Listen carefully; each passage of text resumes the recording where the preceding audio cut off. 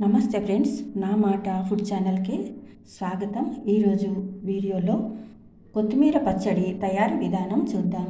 కొత్తిమీర పచ్చడి తయారు చేసుకోవడానికి కావలసిన పదార్థాలు, తయారీ విధానం చూద్దాం. పల్లీలు, శనగపప్పు, మినప్పప్పు, ధనియాలు, జీలకర్ర, అల్లం, కొద్దిగా చింతపండు, ఉల్లిపాయ, వెల్లుల్లి, కొత్తిమీర, పచ్చిమిర్చి, కరివేపాకు. ఇప్పుడు తయారీ విధానం చూద్దాం. స్టవ్ ఆన్ చేసుకుని స్టవ్ పైన కడాయి పెట్టిన తర్వాత 2 టేబుల్ స్పూన్ల పల్లీలు వేసి ఈ విధంగా కలుపుకుంటూ దోరగా వేయించిన తర్వాత ప్లేట్లోకి తీసుకుని పొట్టు తీసి పక్కన పెట్టుకోవాలి. తర్వాత 1 స్పూన్ మినప్పప్పు వేసుకోవాలి,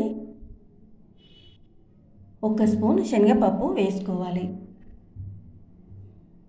ఈ విధంగా కలుపుకుంటూ మాడకుండా దూరగా వేయించిన తర్వాత ప్లేట్లోకి తీసుకుని చల్లారబెట్టుకోవాలి.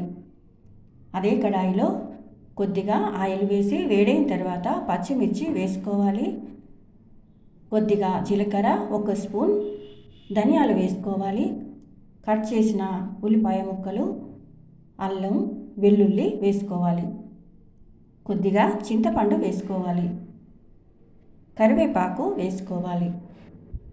వేయించి పౌడర్ చేసిన మెంతి పౌడర్ 1/2 స్పూన్ వేస్తున్నాను, 1/2 స్పూన్ పసుపు వేసుకోవాలి, కొత్తిమీర వేసి కలుపుకోవాలి. ఎక్కువ ఫ్రై చేయకుండా ఈ విధంగా ఫ్రై చేసుకుంటే సరిపోతుంది. తగినంత సాల్ట్ వేసుకోవాలి. తర్వాత ప్లేట్లోకి తీసుకుని చల్లారబెట్టుకోవాలి. ముందుగా జార్లో పల్లీలు, మినపప్పు, శనగపప్పు వేసి ఈ విధంగా గ్రైండ్ చేసుకోవాలి. తర్వాత కట్ చేసి ఆయిల్లో వేయించి తీసిన ఉల్లిపాయ ముక్కలు, పచ్చిమిర్చి మిశ్రమాన్ని జార్లో వేసి తగినంత వాటర్ వేసి మెత్తగా గ్రైండ్ చేసుకోవాలి. గ్రైండ్ చేసిన తర్వాత ఈ విధంగా ఉంటుందండి. తర్వాత వేరే బౌల్లోకి ట్రాన్స్ఫర్ చేసుకోవాలి.